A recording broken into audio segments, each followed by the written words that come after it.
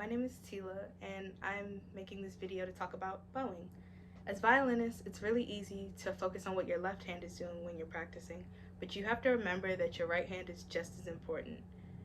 Your bowing technique is also vital to your work as a musician. Not only does good bow technique improve the quality of your sound, but it can make the difference between avoiding or getting physical issues that compromise your playing down the line. Before I get into advice, I guess it would be a good idea to go over proper bow hold.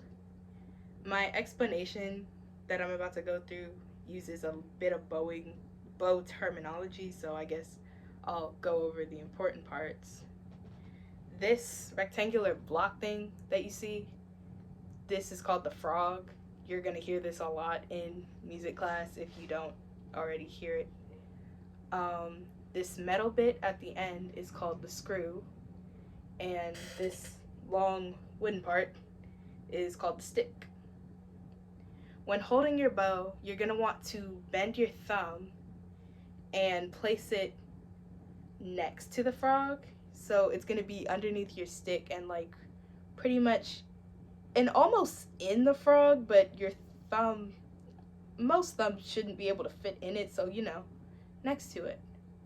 And then the rest of your fingers are gonna go over the stick. Your middle finger should be pretty much right in front of your thumb, and your ring finger is just kind of like chilling next to it.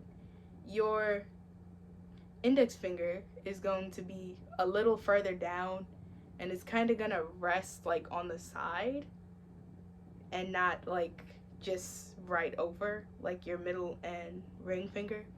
And your pinky is gonna go near the screw. For some people it may be on it, for some people it may be like a little away from it, but near it is a pretty good place to be.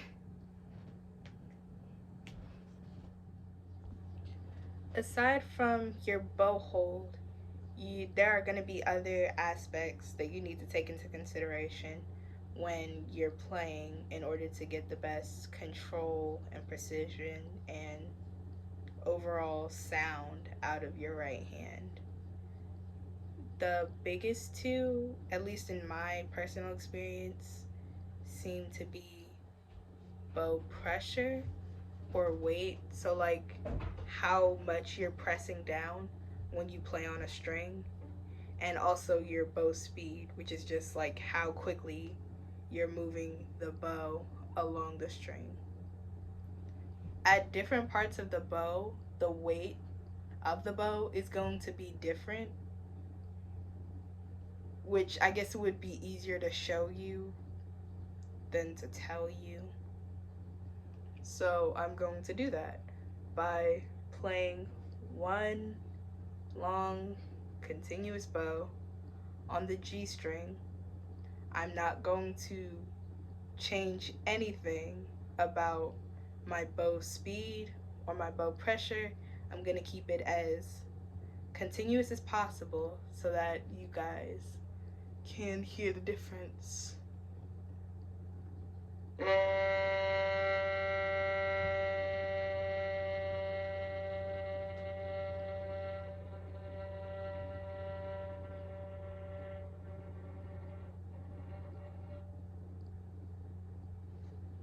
So as you probably notice, you go further up the bow, the sound gets a lot softer. It almost doesn't come out when you get to the tip if you don't change your pressure or your speed.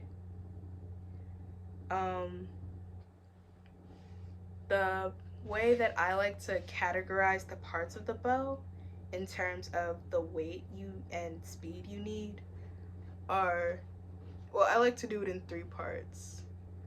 From the frog to about maybe your balance point, the balance point of the bow is going to be where the bow is heaviest. So you need to move the bow much faster in order to keep your sound consistent, and you don't need to press down. Because if you do, you're gonna get this really ugly. And nobody wants that. So, from about here, from about here to here is where your bow's the heaviest. In terms of playing there, bow speed, the quicker your speed, the better your sound is gonna be. Do not press down hard at all, or you're gonna get that gross sound that I showed you earlier. From about your balance point to about here is, I guess, your medium zone. I mean, it's the middle part of the bow. Your speed and weight are going to be, if it were a ratio, they'd be pretty balanced because it's not too heavy, so you can press down a little more, but you don't need to you don't need to pull the bow as much to get good sound. So from about here to here, that's, honestly, I call it the sweet spot because for me personally, it doesn't take as much effort. And then from about here to here, the upper third of the bow, this is the lightest part of the bow. The upper third of your bow, in relativity to the rest of your bow, is going to require less speed in order to get a good sound. In this part of your bow, your pressure is going to be the most important thing in order to get a good sound. I don't know how well you can see, but I'm pressing the bow down a little bit more than I would in the middle or lower third of the bow in order to get a good sound. And if you lessen the pressure, you lessen the amount of sound that you get at the upper third of the bow. In my personal experience, the upper third is the most difficult part to play at, but that will vary from person to person. So the way that I overcome that difficulty is, well, it kind of depends on your wrist and arm movement. When you're playing, you want to make sure that your wrist is very flexible. A lot of players have difficulty. Like, I know when I was a little bit younger, I had difficulties getting my wrist to move. What my former teacher said when it comes to playing is that when you're bringing your bow up towards you, you want to pretty much be able to bite your wrist. I know it's weird, but it works. And when you're pulling your bow out, you basically want it to get as far away as possible. So if I'm to do the one bow again, my wrist would start really close to me, and I would pull it out as I bring the bow down. Having a flexible wrist makes it easier for you to get higher up in the bow, and your arm movement is also going to help with that. As you're moving your wrist, you also want to be moving your arm outwards. So basically, in order to get the best sound throughout your entire bow, you're going to want your entire arm to move, your hand to move. It's got to be one continuous motion throughout your whole arm in order to get that full sound. That's in addition to also being able to change your bow pressure and speed depending on where you are. Um, you might want to practice that on its own, just getting your arm to move in that fluid motion and getting your wrist to also move in that fluid motion. You honestly don't need to practice this on the bow. I mean, on the string if you're just trying to get the movement down, but if you also want to incorporate like changing your pressure and speed, then I'd recommend doing it on the bow. Specifically for the upper third of the bow, which is my most difficult spot,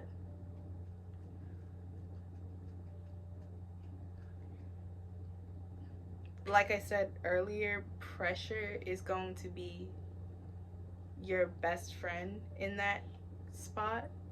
So what I would recommend in order to practice getting that pressure down would be scales. Scales are an easy way to practice any technique, really, because if you know your scale, you can focus more on the technical aspects, like what you're doing with your right hand.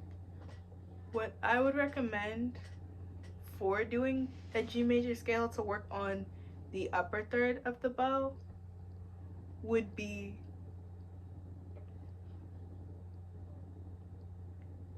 accented notes. So, but for this exercise, try doing 2 quarter notes for each note. Accent the first one, but not the second one. So it would kind of sound like this.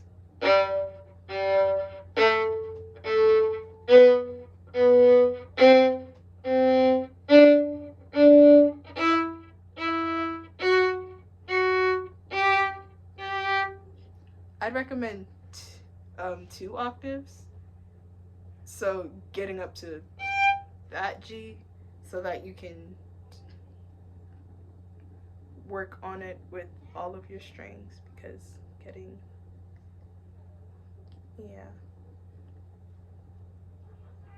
But accenting and will help you make sure that you have an adequate pressure and also speed to get the sound out properly.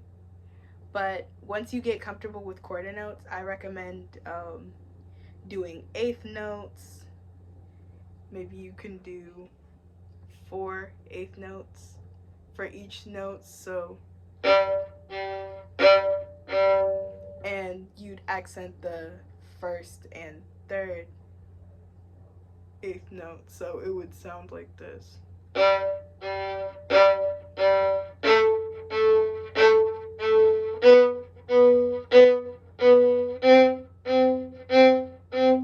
And so on and so on. And if you get comfortable with that, then bump it up to 16th notes. And then you would accent the first and the 5th 16th note, so it would be,